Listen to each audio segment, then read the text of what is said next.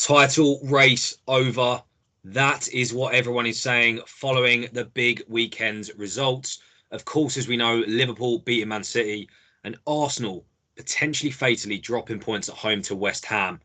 And today we are asking the very simple question: is it time for Arteta to pack his bags?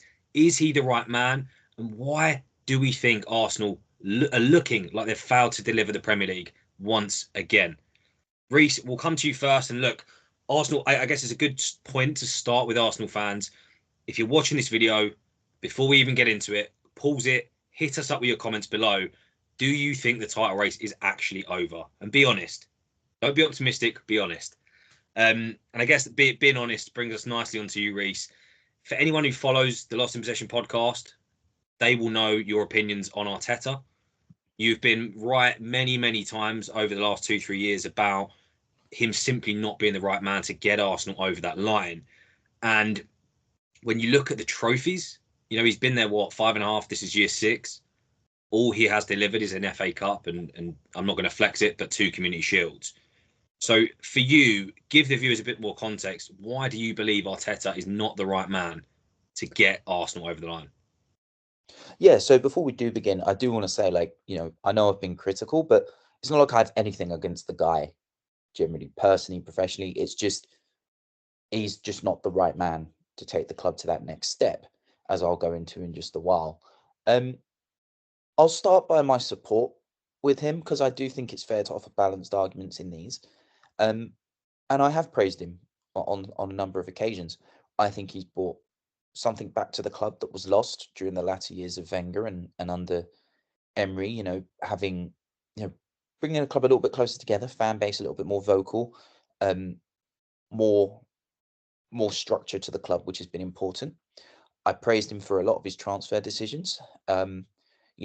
Letting Aubameyang go, who I believe when he signed at the time, I thought he was going to cause a bit of issue. Turned out he did, from what the documentary tells us anyway. Lacazette, he was right to move on. And getting rid of a lot of those players was a big task. And a lot of clubs wouldn't do that. They wouldn't. And they gave him that full throw, and he justified it. I agreed with the signings of, Odegaard and Ben White at the time. I agreed with the signing of Ramsdale, but I made it clear that Ramsdale can only get us so far. He will then have to go on if we look at the next step. All of that has been right. All of that has been justified. He deserves credit there. However, as the performance showed against West Ham Saturday, not good enough. And I could go into this a little bit more, but I've criticised him for the last 4 years because although we've been better, we've handed it to the teams we're competing against every single time. And as far as I'm concerned, that's not good enough. I'm not trying to take anything away from Spurs pipping us to 4th.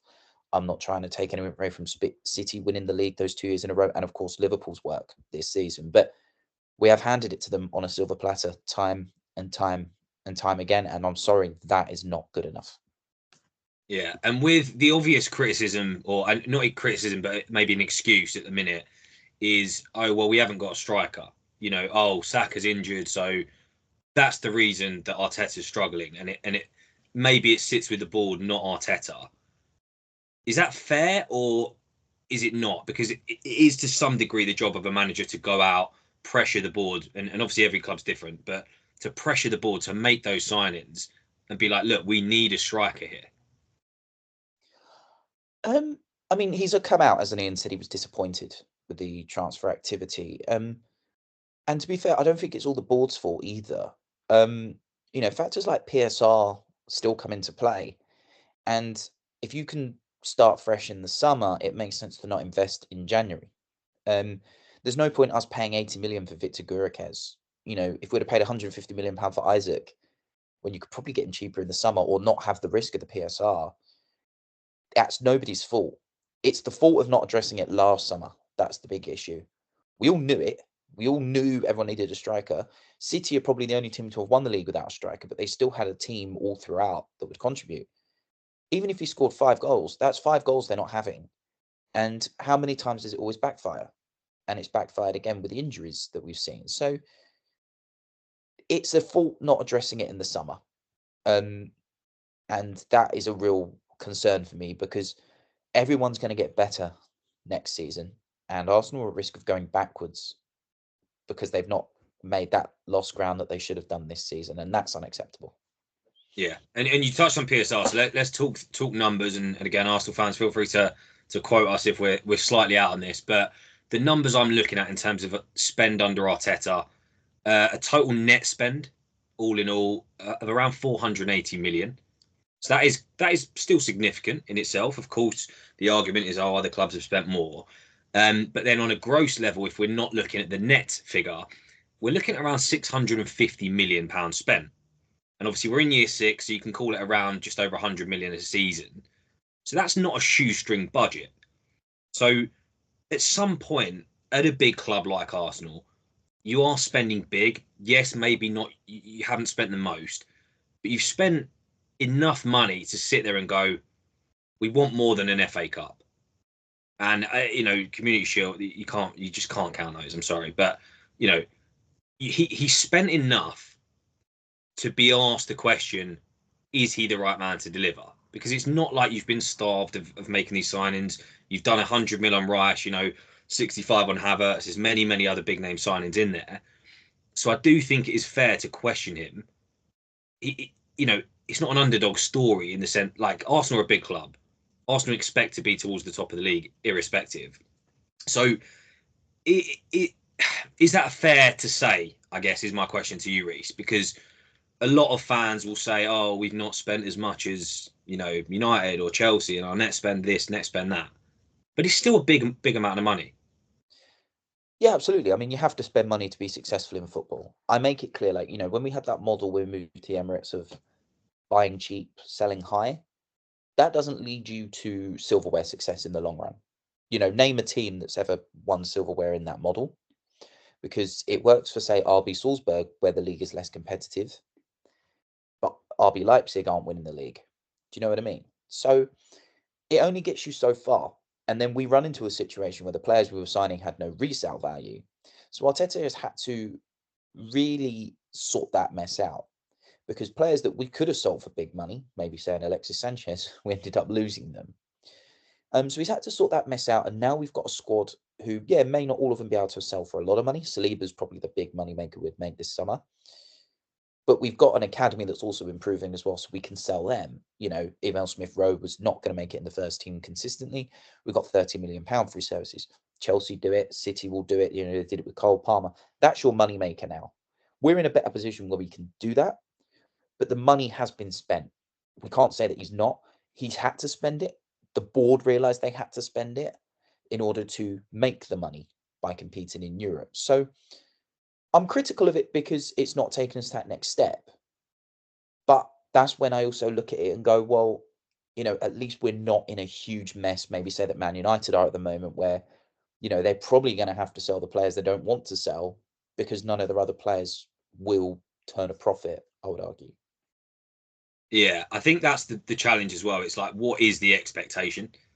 Because I think that a lot of the kickback against what you've been saying, get him gone, get him out now, I think there is still a bigger pull, and I'd say a majority of Arsenal fans still want to stick with Arteta.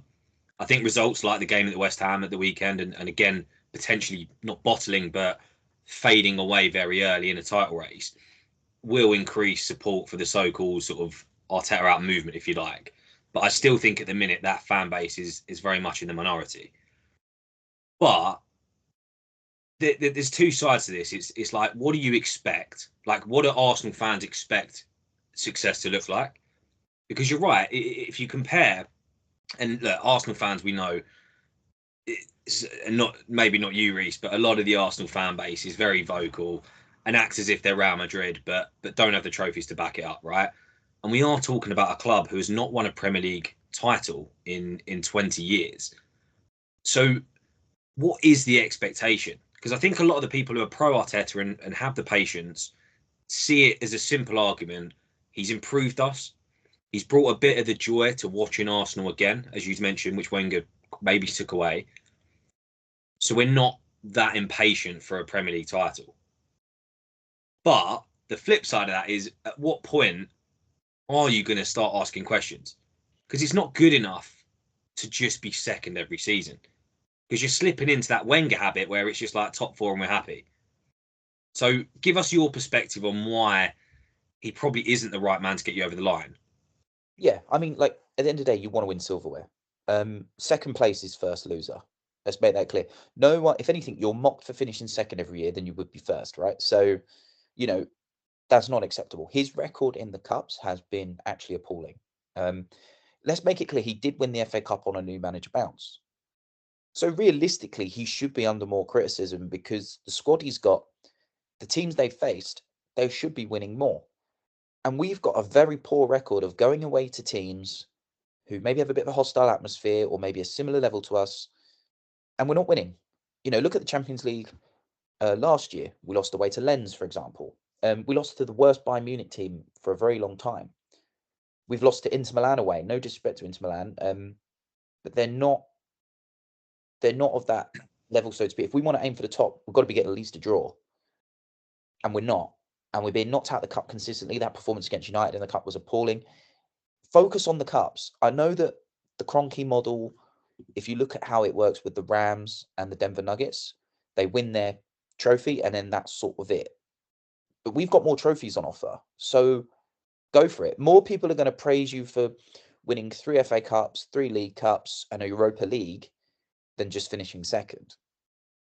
All right. And you're going to go backwards. If you just settle for that, you're going to go backwards because everyone else is going to get hungrier and everyone's going to catch up to you. And players are going to be smart. They're not going to go, why would I go there? You don't challenge for anything. So that to me is the right justified criticism. And when I draw back on my criticisms for Arteta, it's, he has to stop handing it to teams every single year. If we look at the battle for 4th place in 21-22, Everton were on a rotten run of form. They hadn't won in 6 games, something like that. They beat us, and then they didn't win for another 6 games. It ultimately led to Rafa Benitez's sack. We let them win. We gave them a victory, and then we had an easier run of form than Spurs. We had a game in hand, and we went away to Southampton, who hadn't won in 5. They beat us. Then they didn't win for the rest of the season. That's unacceptable. We only had to win 1 game to get 4th place, if I'm not mistaken, and we handed it to them. When we fought City for the title in 22-23, we drew at home to Southampton, lost away to Nottingham Forest, had already secured safety. If I'm not mistaken, those winning both those games would have probably handed it to us. It's irrelevant beating Man City. It's irrelevant beating Liverpool. You've got to win all your other games. Man City didn't beat Liverpool or Arsenal last season. Went on to win it, whereas we didn't lose to either of them, and we still lost. We played Aston Villa last year at home. Out of form Aston Villa, and they turned us over 2-0. We've handed it to them. Liverpool have been great this season, but again, we've handed it to them by not winning a game at home to West Ham when we should be. That's unacceptable. Yeah. I think this is the big point. It is the excuse for the last 2-3 years has been, oh, Pep's too good, City are cheating. Oh, but when Pep goes and City fade away, we're going to dominate this league. And City have done exactly that this season. They have disappeared. Maybe that's a bit dramatic, but they have disappeared and vanished from the City team that we've seen dominate the league for the last 4 or 5 years. And then what's happened? Arsenal are still in second place, 11 points off the league. So I get some of the point, and the optimistic, patient Arsenal fans will say, look, Liverpool have been fantastic, fair play to them. But this is a Liverpool side who, yes, have a good squad, make no mistake. Yes, we've seen them push for the title, but it's still a new manager. Exactly. And he's managed to turn this side already. Admittedly, yes, maybe it didn't need that much work. But the excuse for the last 2-3 seasons was, as I said, when City fade away, it's ours. City have faded away, and now it's, Liverpool have been really good. So it's like, what, is you just going to keep making excuses to finish second every season? Is that enough for Arsenal fans? And the other thing I'd be asking, and you've made your stance clear on this, but the Arsenal fans who do want Arteta to stay and are happy with the progress, at what point, in how many years' time, and feel free to comment below, how many more years without trophies are you happy to accept that? Because at some point, for me, when you've spent that much money, you've got to be asking for a little bit more. That's my opinion on it, and maybe that's wrong. So yeah, Arsenal fans in particular, do let us know on that below how long you're willing to give Arteta if you're happy with no trophies and finishing second. And then Reece, I guess the next question. Well, there's 2 points. I think the mentality is questionable under Arteta. Maybe he can't wave a magic wand. We've seen in the documentary some strange methods have been applied to try and improve the mentality. But linked into the mentality and that kind of bottling element when the pressure gets too high is the disciplinary side of things. You've got, and again, under Arteta, way more red cards than any other team. And we've seen the games this season already. I believe it's cost you 10 points with these games where you've got red cards. And you can claim Michael Oliver this, Michael Oliver that, agenda, conspiracy. The simple reality is Arsenal have a disciplinary problem. And for me, that has to sit at some point at the feet of Arteta. Yeah, absolutely. Look, I don't mind players getting sent off. I like to see a bit of fight. I like to see a bit of desire, and I understand that sometimes you have to do it. But the way they're playing victim for their red cards is what winds me up. Whether they're harsh or not, you shouldn't be giving the referee that decision. You know, everyone said about what an injustice it was at Wolves away when Lewis Skelly got the red. It wasn't the worst red card I've ever seen. But then he goes and does that at West Ham.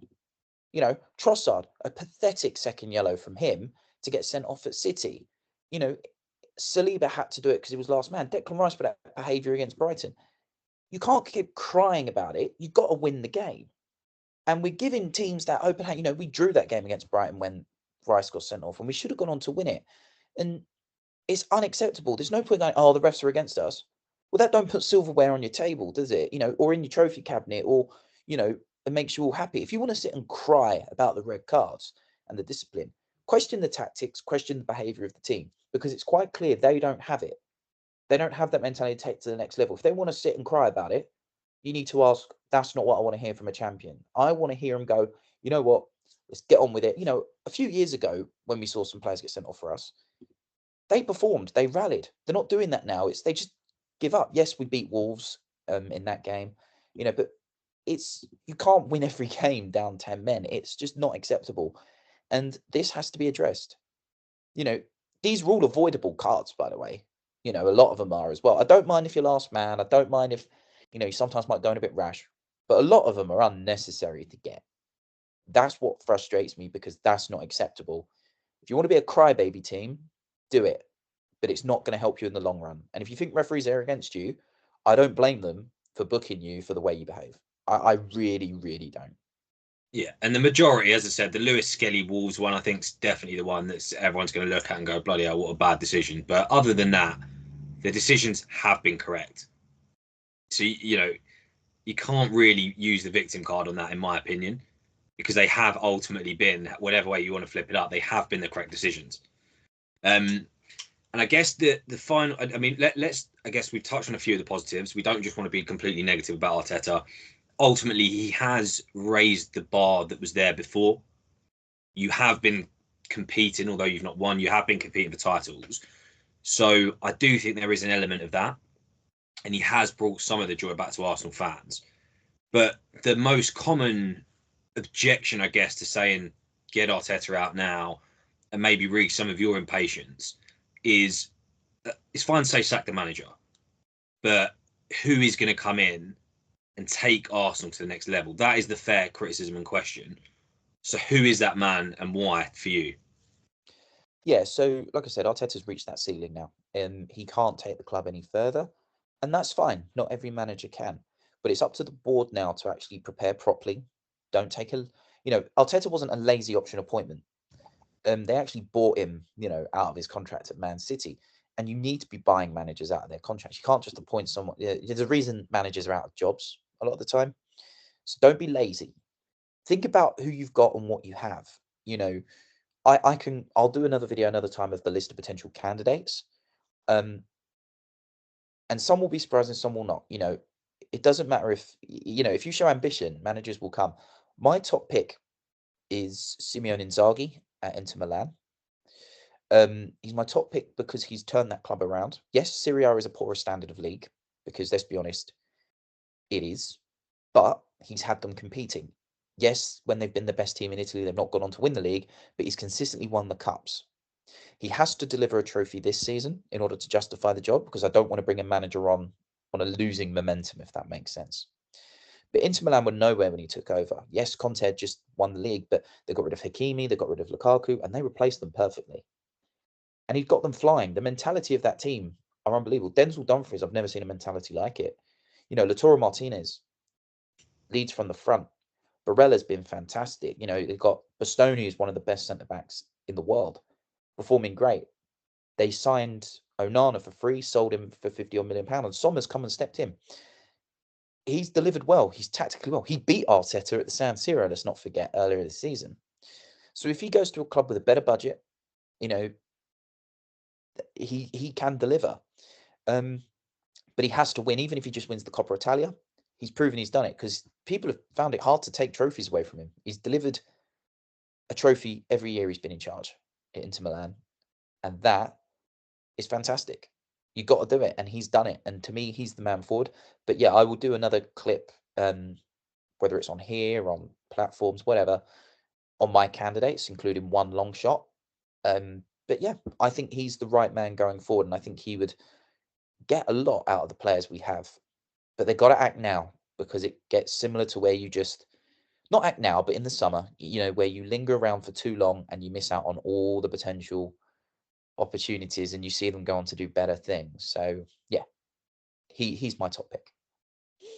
Well, there you have it. That is the question answered that was on many fans' minds.